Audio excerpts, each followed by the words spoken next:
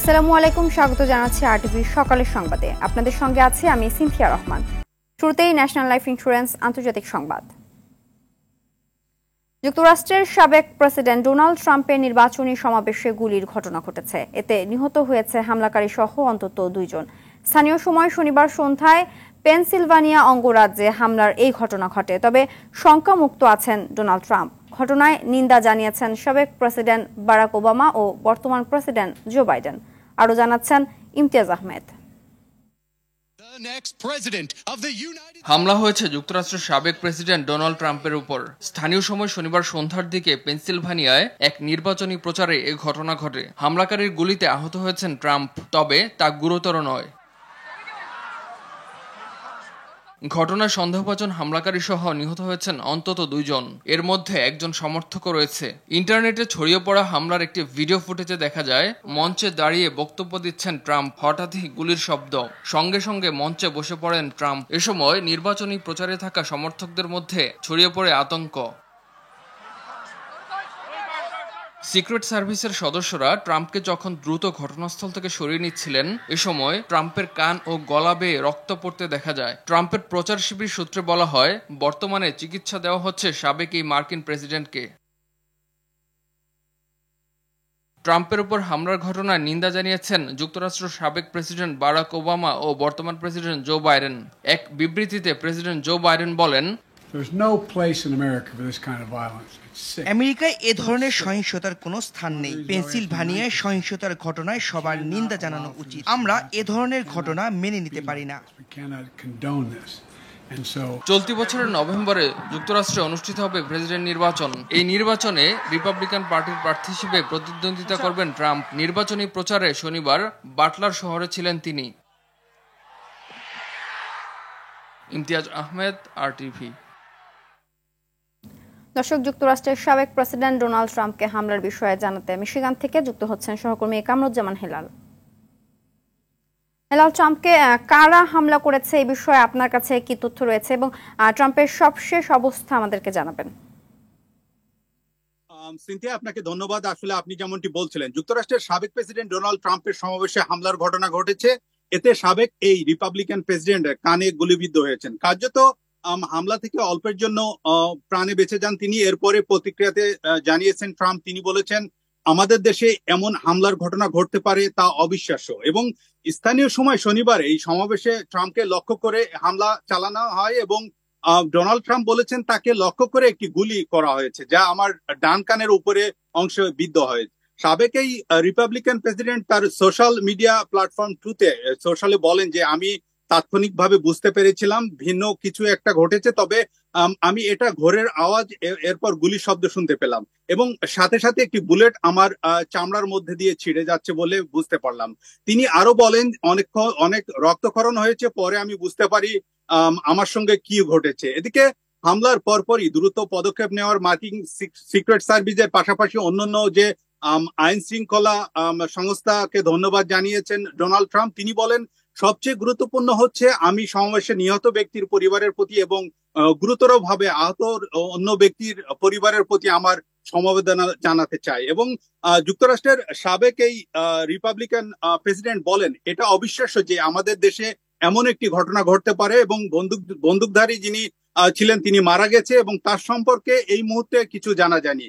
স্থানীয় সময় শনিবার যুক্তরাষ্ট্রের পেনসিলভানিয়ার অঙ্গরাজ্যের বাটলার শহরে এই হামলার ঘটনা ঘটে। হামলাকারী নিজেও আইন শৃঙ্খলা রক্ষাকারী বাহিনীর গুলিতে কিন্তু নিহত হয়েছেন ইতিমধ্যে। এবং গোয়েন্দা কর্মকর্তারা জানিয়েছেন যে ট্রাম্পের লক্ষ্য করে এই হামলা চালানো হয়েছিল এবং এটি ছিল গুপ্ত হত্যার চেষ্টা।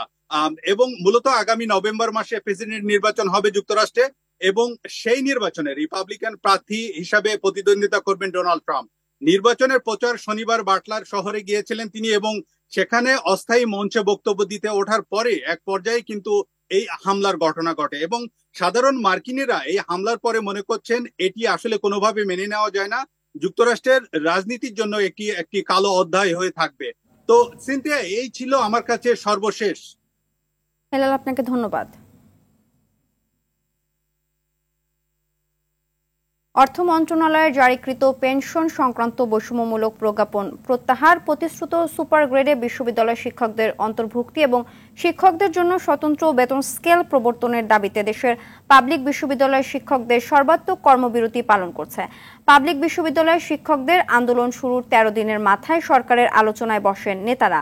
বৈঠক শেষে শিক্ষক সমিতি ফেডারেশনের মহাসচিব নিজামুল হক ভূঁইয়া জানান, আলোচনা ফলপ্রসূ হয়েছে, তবে আন্দোলন চলবে কিনা তা শিক্ষক নেতাদের সংগঠন বাংলাদেশ বিশ্ববিদ্যালয় শিক্ষক সমিতি ফেডারেশনের বৈঠকের পর জানা যাবে। এদিকে সরকারি চাকরির সব গ্রেডে কোটার যৌক্তিক সংস্কার করে সংসদে আইন পাশের দাবিতে আজ দেশব্যাপী গণপদযাত্রা করবেন আন্দোলনরত শিক্ষার্থীরা। একই সঙ্গে তারা রাষ্ট্রপতি মোহাম্মদ শাহাবুদ্দিন বরাবর স্মারকলিপি দেবেন। শনিবার ঢাকা বিশ্ববিদ্যালয়ের কেন্দ্রীয় গ্রন্থাগারের সামনে সংবাদ সম্মেলনে এই কর্মসূচি ঘোষণা করেন শিক্ষার্থীরা। পদযাত্রাটি ঢাকা বিশ্ববিদ্যালয়ের কেন্দ্রীয় গ্রন্থাগার থেকে বেলা সকাল 11টায় শুরু হবে। জগন্নাথ বিশ্ববিদ্যালয়, শেরেবাংলা কৃষি বিশ্ববিদ্যালয়, ঢাকা বিশ্ববিদ্যালয় অধিভুক্ত 7 কলেজ সহ ঢাকাস্থ প্রতিষ্ঠানগুলো পদযাত্রায় অংশগ্রহণ করবে। একই সময় অন্যান্য শিক্ষা প্রতিষ্ঠান নিজ নিজ জেলা প্রশাসন কার্যালয় অভিমুখে গণপদযাত্রা করবে এবং জেলা প্রশাসকের মাধ্যমে রাষ্ট্রপতি বরাবর স্মারকলিপি দেবে।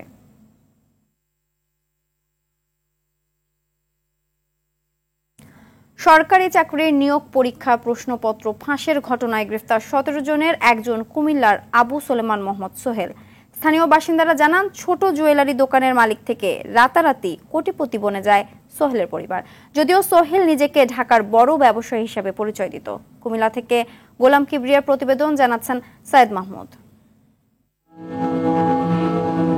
গ্রামের মেধাবী ছেলে ঢাকায় প্রতিষ্ঠিত বড় ব্যবসায়ী সোহেল প্রশ্ন ফাঁসের অভিযোগে গ্রেপ্তার। এমন খবরে চাঞ্চল্যের সৃষ্টি হয়েছে কুমিল্লার আদর্শ সদর উপজেলার বানাসুয়া গ্রামে।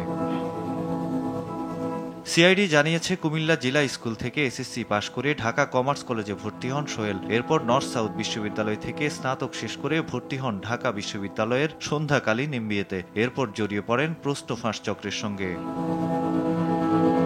সিআইডি জালে ধরা পড়ার আগে গ্রামের মানুষ সোহেলকে মেধাবী ঢাবি শিক্ষার্থী ও ঢাকার বড় ব্যবসায়ী হিসেবেই জানত। তবে তার একের পর এক জমি কেনা দেখে সোহেলকে ঘিরে গ্রামবাসীর বিস্ময় ছিল।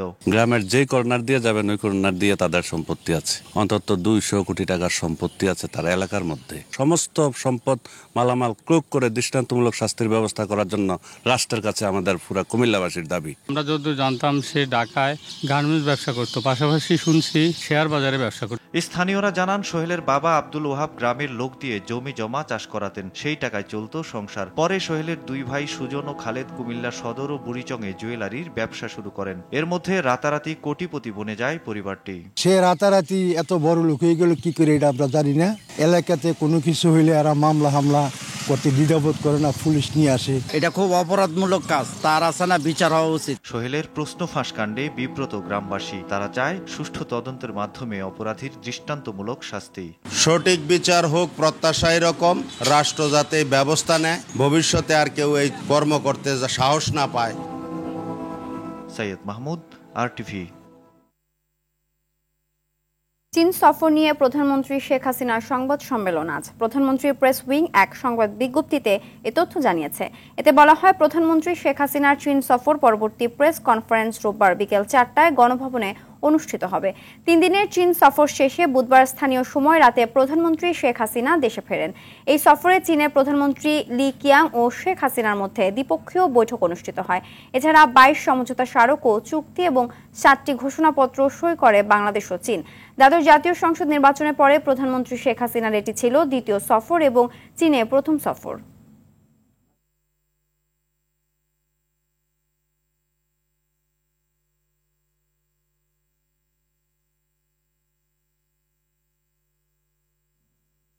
দেশের বিভিন্ন অঞ্চলে কমছে বন্যার পানি। ভারী বৃষ্টি না হওয়ায় গত 24 ঘন্টায় সুনামগঞ্জে সুরমা নদীর পানি 18 সেন্টিমিটার কমেছে। তবে এখনও মানুষের দুর্ভোগ কমেনি।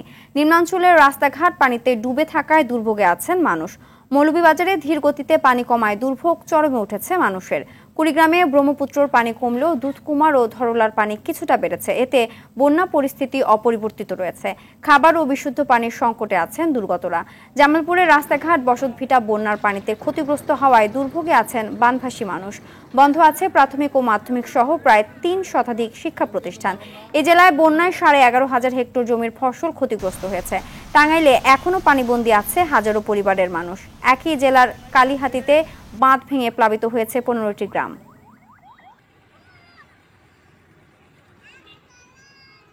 রাস্তাঘাট চলানো রাস্তা তো নাই, কি বাজার যেতে না, খাইতে না, অসুখ বিসুখ। ভাত তো আজ একটা সোম ভাঙে গেছে, হুদ্দা ক্ষতি হয়ে গেছে, পানি উঠে গেছে ঘর দুয়ারে। নিচু এলাকা স্থান কিভাবে বাড়াইব, বাচ্চা কাচ্চা নিয়ে খুব দুর্ভোগের মধ্যে আমরা অবস্থান করছি। 15 দিন থেকে পানি আমরা খাওয়া দাওয়া করতে পারি না, দিন মান বাদে একবার খাইতেও পারি নাও পারি। ছাগল ভেড়া নিয়ে খুব কষ্টে, ছাগল ভেড়া একটু ছাগল মরে গেছে। দর্শক, বন্যার বিষয়ে আরো জানাতে সুনামগঞ্জ থেকে সরাসরি যোগ দিচ্ছেন সহকর্মী বিন্দু তালুকদার। বিন্দু, বন্যা দুর্গত এলাকার কি পরিস্থিতি বিস্তারিত জানাবেন? ধন্যবাদ সিনথিয়া। যেমনটা বলছিলেন, সুনামগঞ্জের বন্যা পরিস্থিতি আসলে কিছুটা উন্নতি হয়েছে।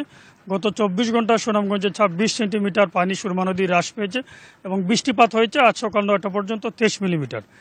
সুনামগঞ্জ পানি উন্নয়ন বোর্ডের তথ্য অনুযায়ী যে আরও কয়েকদিন সুনামগঞ্জ অঞ্চলে মাঝারি এবং ভারী বৃষ্টিপাত হওয়ার সম্ভাবনা আছে। তবে পানি উন্নয়ন বোর্ডের নির্বাহী প্রকৌশলী যেমনটা জানিয়েছেন, তবে বন্যা পরিস্থিতি ভয়াবহ রূপ নেওয়ার তেমন কোনো আশঙ্কা নেই। তবে যে বিষয়টা আমরা জানাতে চাই যে সুনামগঞ্জের বন্যা পরিস্থিতির কিছু উন্নতি হলো। বিশেষ করে হাওড় অঞ্চল এবং নিম্নাঞ্চলে চরম দুর্ভোগ দেখা দিয়েছে। অনেক রাস্তাঘাট, বিশেষ করে নিচু এলাকার রাস্তাঘাটে পানি রয়েছে এবং বিভিন্ন এলাকায় জলবদ্ধতা দেখা দিয়েছে, যার কারণে লোকজন চরম দুর্ভোগে পড়েছেন। আমরা জেলা প্রশাসনের সাথে কথা বলেছিলাম। জেলা প্রশাসন যেমনটা জানিয়েছেন যে বিভিন্ন এলাকায় যেসব এলাকার কাঁচা ঘরবাড়ি ক্ষতিগ্রস্ত হচ্ছে তাদের তালিকা তৈরি করা হচ্ছে। তবে এখনও তালিকা তৈরি কাজ শেষ হয়নি এবং যাদের ঘরবাড়ি ক্ষতিগ্রস্ত হচ্ছে তাদেরকে পুনর্বাসনের এবং সহায়তার চেষ্টা করবেন। তবে স্থানীয়রা যেমনটা বলছেন যে গত 1 মাস ধরে এই বন্যা পরিস্থিতি মোকাবেলা করতে স্থানীয় লোকজন আসলে চরম দুর্ভোগে রয়েছেন। ঈদের পর থেকেই বন্যা পরিস্থিতি কিছুটা উন্নতি হয়, আবার অবনতি হয়। বৃষ্টি হলে নদীর পানি বাড়ে, হাওরের পানি বাড়ে, বন্যা পরিস্থিতি সৃষ্টি হয়। আবার যখন রৌদ্রোজ্জ্বল আবহাওয়া দেখা দেয় তখন আবার নদীর পানি কমে, হাওরের পানি কমে। তাই পানি বৃদ্ধির সাথে বন্যা পরিস্থিতি এর আবার অবনতি হয়, পানি কমলে বন্যা পরিস্থিতি উন্নতি হয়। এই অবস্থায় সুনামগঞ্জের লোকজন আসলে প্রায় 1 মাস যাবৎ দুর্ভোগ পোহাচ্ছেন। রাস্তাঘাট এখনও পানির নিচে আছে, অনেক এলাকায় রাস্তাঘাট ভেঙে যান চলাচল বন্ধ রয়েছে। আমরা কথা বলেছিলাম সুনামগঞ্জ এলজিডি নির্বাহী প্রকৌশলীর সাথে, তিনি যেমনটা জানিয়েছেন সুনামগঞ্জে প্রায় 500 কিলোমিটারের বেশি কাঁচা এবং পাকা সড়ক ক্ষতিগ্রস্ত হয়েছে। 30টিরও বেশি স্থানে যান চলাচল বন্ধ রয়েছে, যার কারণে সুনামগঞ্জের নিচু এলাকার লোকজন আসলে চরম দুর্ভোগে রয়েছেন। সিনথিয়া, এই ছিল সুনামগঞ্জ থেকে বন্যা পরিস্থিতি সর্বশেষ খবর। ধন্যবাদ। শুক্রবার 6 ঘন্টার ভারী বৃষ্টিতে অন্তত 12 ঘন্টা ডুবেছিল রাজধানীর প্রধান সড়ক সহ আবাসিক অনেক এলাকা। অথচ জলাবদ্ধতা নিরসনে 2 সিটি কর্পোরেশন গেল 4 বছরে 730 কোটি টাকার সুয়ারেজ লাইন সহ বিভিন্ন প্রকল্প হাতে নেয়।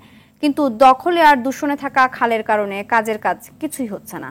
ড্রেনেজ ব্যবস্থায় মাস্টার প্ল্যানে কাজ না করা সহ সেবা সংস্থাগুলোর সমন্বয়হীনতায় এমন অবস্থা বলছেন নগর পরিকল্পনাবিদ আক্তার মাহমুদ। সাকিবুর রহমানের রিপোর্ট।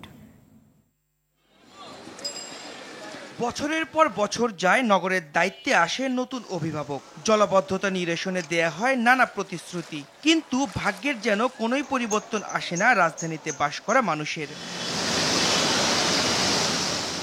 শুক্রবারের সকালটা বৃষ্টির মধুরতায় শুরু হলেও কিছুক্ষণের মধ্যে বিষাদে পরিণত হয়। রাজধানীর অলিগলি ছেড়ে পানি আসে প্রধান সড়কে। কোথাও বুক পরিমাণ, আবার কোথাও হাঁটু পরিমাণ পানিতে ডুবে থাকে তিলোত্তমা ঢাকা।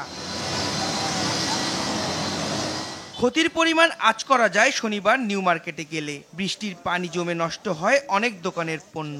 সবকিছু থেকে পরিত্রাণ চান ব্যবসায়ীরা। এটা তো সমাধান একটা আমরা চাই, গেলে যে আমরা একটা ব্যবসায়ীরা তো চায় না কেউ একটা ব্যবসায়ীদের লস হোক। যে অবস্থা, ব্যবসার কোনো অবস্থা নাই। ময়লার কারণে সোয়ারেজ লাইনগুলো বন্ধ হয়ে যায়, এগুলো তদারকি না করার কারণে এই অবস্থা। কিছু দোকানদারেরও দোষ আছে, আবার কিছু কাস্টমারও আছে যাদের ভুলের কারণে যারা ময়লা আবর্জনা এক জায়গায় ফালায়। এ তো গেল নগরের পানি জমে থাকার অবস্থা। সব দোষ কি কর্তৃপক্ষের? নগরে বাস করে মানুষের কি কোনোই দায় নেই? কিন্তু রাস্তায় পড়ে থাকা পলিথিন আর বোতলের ছবি বলে ভিন্ন কথা।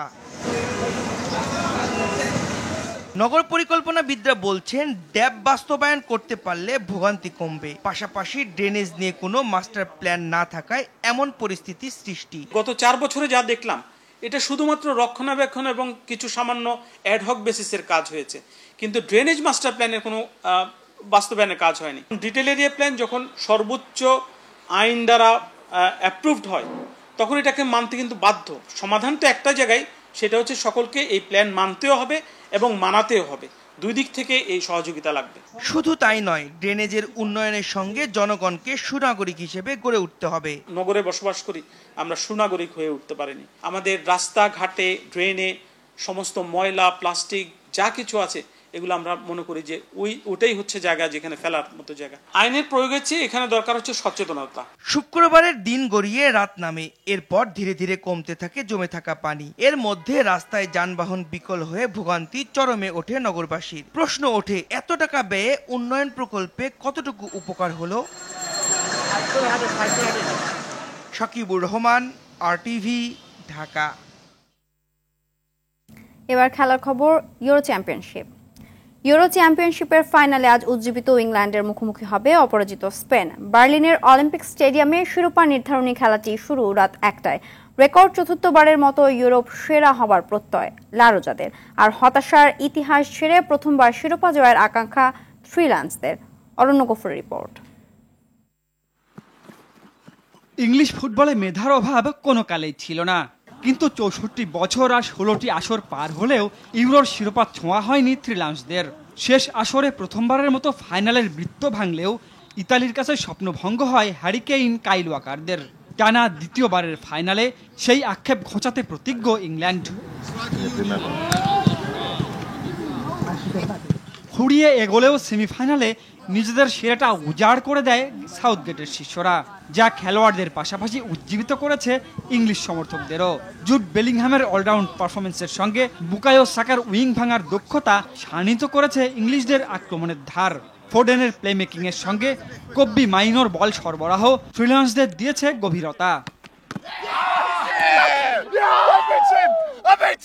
গুহেই, ট্রিপিয়ার, লুকশোর ডিফেন্স ফিজিক্যাল অ্যাডভান্টেজ পাবে ইংলিশদের বিপক্ষে। তবে টানা দ্বিতীয়বারের মতো ফাইনালে উঠলেও কিছুটা শঙ্কা রয়েছে গ্যারেথ সাউথগেটের ট্যাকটিক্স নিয়ে। তবুও ইতিহাসে নতুন পাতা খোলার আশা ইংল্যান্ডের।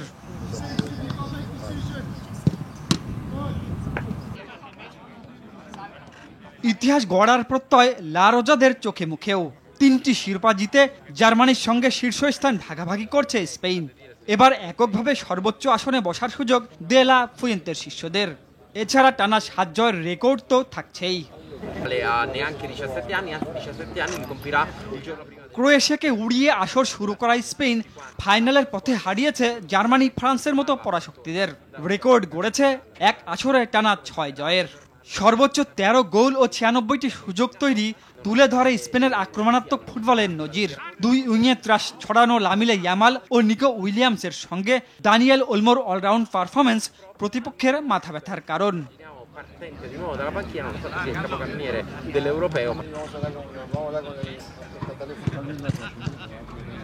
মাঝমাঠের কান্ডারি, রদ্রি ও রুইজের খেলা নিয়ন্ত্রণ হতে পারে ম্যাচের পার্থক্যকারী বিষয়, আর কারবাহালের ফেরা আত্মবিশ্বাস বাড়াবে রক্ষণে।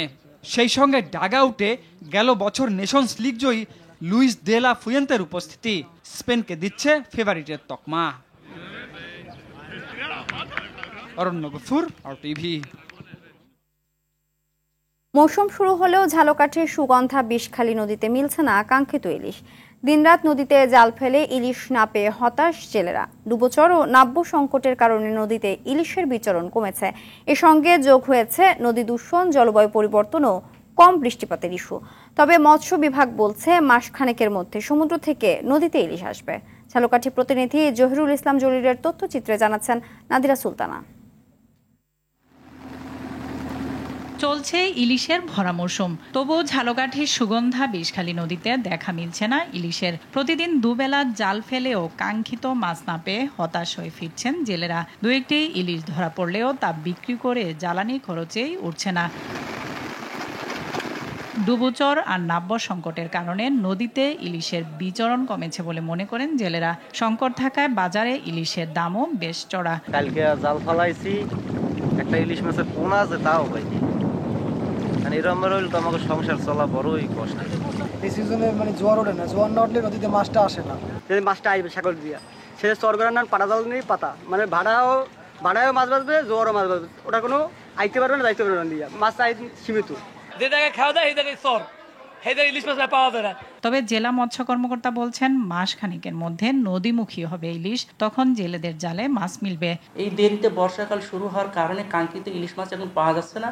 তবে সামনে প্রচুর বর্ষা হলে বা গুড়ি গুড়ি বৃষ্টি হলে ইলিশের মাইগ্রেশনটা নদ নদীতে চলে আসবে, তখন ঝালকাঠির জেলেরা কাঙ্ক্ষিত ইলিশ মাছ ধরতে পাবে বলে আমি মনে করি। ঝালকাঠিতে নিবন্ধিত জেলে রয়েছেন ৭,৭১৮ জন। নিবন্ধনের বাইরেও ৩,০০০-এর বেশি জেলে রয়েছেন। ইলিশ না পেয়ে পরিবারে তাদের দুর্দশা চলছে। আদিকা সুলতানা, RTV। প্রকল্প পাশের ৯ বছরও শেষ হয়নি ময়মনসিংহ কেন্দ্রীয় কারাগারের আধুনিকায়নের কাজ। কিছু ভবনের কাজ শেষ হলেও সেগুলো হস্তান্তর করা হয়নি। এরই মধ্যে এসব ভবনের বেশ কিছু দরজা, জানালা ও গ্রিল গ্লাস চুরি হয়ে গেছে। যত্নের অভাবে খসে পড়ছে ভবনের পলেস্তারা। এদিকে কর্তৃপক্ষ বলছে পুরো কাজ শেষ হতে আরও 1 বছর লাগবে। ময়মনসিংহ থেকে মোজাম্মেল খোকনের প্রতিবেদন, জানাচ্ছেন সাইয়েদ মাহমুদ। ময়মনসিংহ কেন্দ্রীয় কারাগারের বন্দি ধারণ ক্ষমতা 1000 খানেক, অথচ এর দ্বিগুণ বন্দি থাকছে ঠাসাঠাসি করে। এতে বন্দীদের দুর্দশার পাশাপাশি বিঘ্নিত হচ্ছে কারাগারের নিরাপত্তা ব্যবস্থা। তবু নতুন ভবন নির্মাণে গড়িমসি কর্তৃপক্ষের। নথিপত্র বলছে কারাগার আধুনিকায়নে 2015 সালে গৃহীত হয় 127 কোটি টাকার প্রকল্প। কাজ শেষ হবার কথা ছিল 2018-19 সালের মধ্যেই। তবে নানা অব্যবস্থাপনার কারণে যথাসময়ে কাজ শেষ না হওয়ায় প্রকল্পের মেয়াদ বাড়ানো হয় 2022 পর্যন্ত। সঙ্গে প্রকল্পের ব্যয় বেড়ে হয় 240 কোটি টাকা। তবু শেষ হয়নি কাজ। এতে উদ্বেগ প্রকাশ করেছে সচেতন মহল। আজকে অনেক দিন যাবত এই বিল্ডিংগুলি পড়ে আছে, যারা নেশাখোর আছে সেই নেশাখোররা এখানে আড্ডা দিচ্ছে, অনৈতিক কার্যকলাপ হচ্ছে। দায়িত্বশীল লোক না থাকার কারণে এই রাষ্ট্রের এত বড় একটা ক্ষতি হয়ে গেল। এদিকে যত্নের অভাবে নবনির্মিত ভবনের লোহার গেটে মরিচা পড়েছে, খসে পড়েছে ভবনের আস্তরণ, এমনকি ঘটছে চুরির ঘটনাও। এমন পরিস্থিতিতে বন্দি ব্যবস্থাপনা নিয়ে উদ্বিগ্ন কারা কর্তৃপক্ষ। তবে ঠিকাদারের অভিযোগ, গণপূর্তের নির্দেশনা অনুযায়ী কাজ করেও যথাসময়ে বিল বুঝে না পাওয়ায় ভবনগুলো হস্তান্তর করা যায়নি।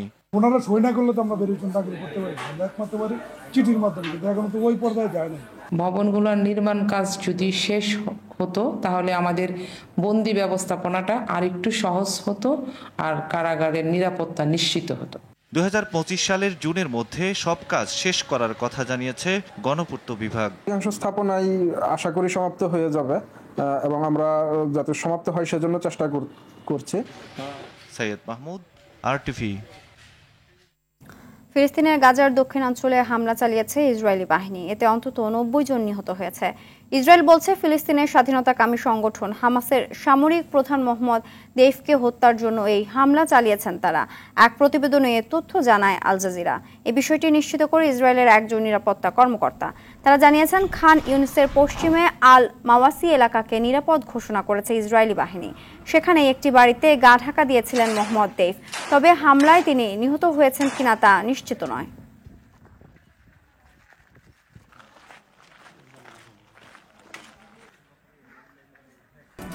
সকালের সংবাদ এ পর্যন্তই। সবশেষ সংবাদ জানতে যে কোনো মোবাইল ফোন থেকে 24141 নম্বরে ডায়াল করুন। মধ্যাহ্নের সংবাদ দুপুর 12টায় দেখার আমন্ত্রণ রইল। ধন্যবাদ সবাইকে।